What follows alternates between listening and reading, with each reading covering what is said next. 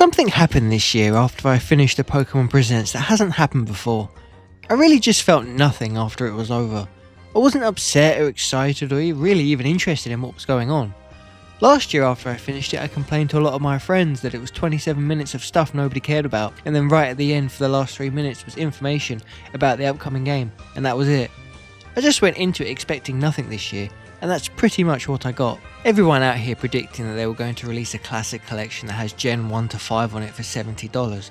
You're out of your mind. They'd never do anything like that. They'd rather string along the first 3 generations for 10 years over 2 consoles. However, I will say that everyone, myself included, thought that they'd have some big announcement this time due to the fact that they shadow announced Fire Red and Leaf Green ports a week early for really no reason. There was nothing so big in this video that they couldn't have saved that announcement for this. It's not like it would have hurt Pokopia's sales, and I think it would have gone a long way to improving this Presents. Pokopia looks nice. Yeah, it's cozy slop, but it's Pokemon mixed with Animal Crossing with a sprinkling of Minecraft on the looks of it. Am I interested? Sure. I enjoy Animal Crossing until you've been playing it for 200 hours and get sick of it because there's nothing left to do, but I'm not a fan of the keycards. Rare Nintendo win though, pricing things accurately based on the region. I'm speechless that Garchomp Z wasn't already in ZA though.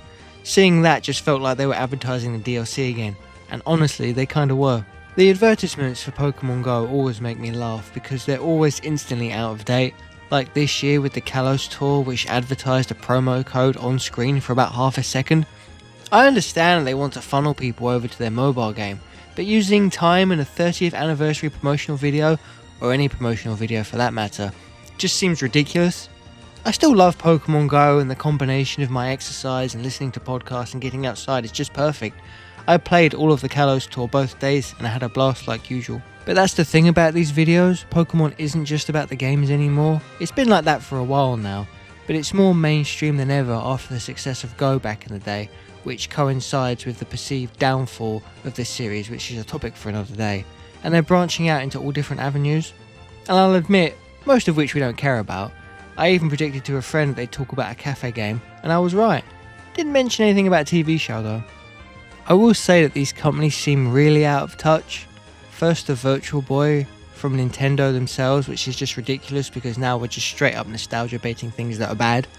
And now the first announcement in this Presents after nostalgia baiting yet again leads into an audio player that I knew would be excessively expensive just because it can be.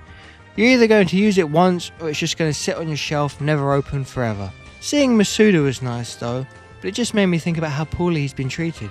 These companies are so invested and in love with themselves now that they will just shill stuff that 99% of people watching won't have any access or money to. Like the Pokepark Kanto that was announced last year, or this new music player that will only appeal to a certain group of people. Which even then, using Kanto in the Pokepark name is more bait because I remember seeing Pokemon that weren't even from Kanto in the first place. Nostalgia baiting really only happens when you have nothing left to offer. And I'm just so tired of seeing Kanto rolled out at every opportunity. Maybe we wouldn't think so fondly of the past if any of the new games released after Ultra Sun and Moon were worth it. You used to be able to play Pokemon games for months and get lost in all the extra content. And now that extra post-game content is just DLC that should have been in the game anyway. Black and White were the last exceptional games in the series. People are still discovering stuff now. I'm honestly surprised they even re-released any old games because it's just going to show people how good we used to have it. There was honestly nothing special for a 30-year anniversary in this. It could have been 27 or 19 years or whatever. It felt like any other year and it's just going through the motions as it's always been. And it's very corporate and distant and it shows with how they carry themselves. These videos are for the shareholders, not us. I still make time to watch it, so it must be doing something right. Which makes me wonder if I'm just getting older or if the Americanization of the brand is killing it. Ever since BDSP, my interest in each subsequent game is just dwindling because it's just the same stuff every time. I think this series just needs an overhaul because just wandering around in grass and finding every Pokemon walking around isn't sustainable. ZA's battles were a breath of fresh air, but that was all they did. The new ones look good, but they always look good until the gameplay demo drops. I've played these games before. And I really just don't feel compelled to get angry or excited. Well, I get it, probably, but the magic has been gone for ages.